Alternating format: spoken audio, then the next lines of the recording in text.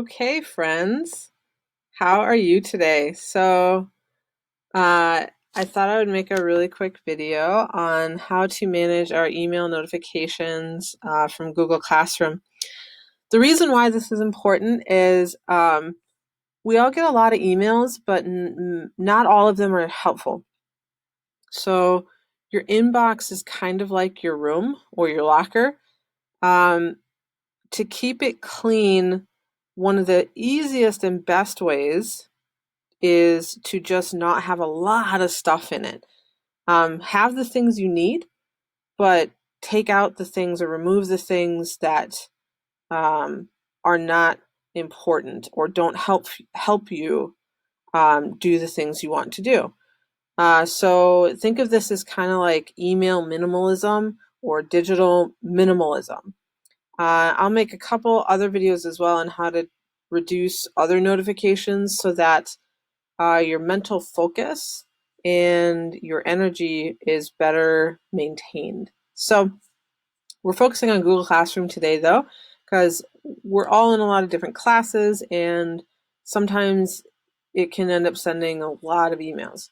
So go to your general classes page here, your kind of home page, and then click on this little stack up here and go all the way to the bottom to settings.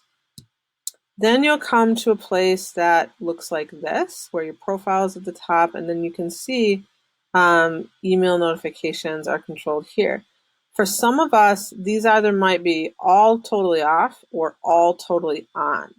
Okay, so I'll just go through and kind of talk about them, and you decide what is valuable to keep on, and then take off the ones that are not really important to you. Okay, really try to minimize or reduce the number of emails you get. This will be better for your mental focus. So first is comments. So do you get what emails, sorry, do you get when there are comments in your class? There's an option to have an email when there's comments on your post. There's if someone mentions you or uses your name in a comment, and as well as private comments on the homework you put in. So you can see over here, I have only 2 of these turned on. So if someone comments on your post, you would get an email. As a student, I don't know how much you're posting in class, so I think we can maybe turn this off. But again, that's up to you. If your name is mentioned in a comment, like by a teacher or another student, you maybe want that on so that you can understand what they're saying to you and answer them. The other one that I think that is helpful for students is to have private comments on work. So when your teacher is going through your formative homework or your summative work and giving comments, you want to know what is being said. Okay, so I think this one is helpful for a student. But again, it's up to you. The next section is about what comments you get just from the classes that you're in. So you've got an option here. Do you get an email when work or other posts go into Google Classroom? I think I would turn this on when I'm a student because whenever a teacher puts up a new piece of homework or a new resource material, I want to know, and so that email comes directly to me. Returned work and grades from your teachers. Now you notice I have this one off. The reason being, while I definitely want to know what my grades are, I don't need an email to tell me the exact moment it happens. I can go back and check on my own. So I can check my grades and see if they came in like 5 minutes before the class starts. Or I can just check it on my phone on the Google Classroom app, like if I'm sitting on the bus or waiting for something. I don't need an email to tell me right away, right? So this one's off to try and minimize and reduce the amount of emails we get. Again, though, it's up to you. Invitations to join a class. I think this is a good one to have. This is how teachers put you into the right class. And then due date reminders for your work. This depends on how you remember to do your homework.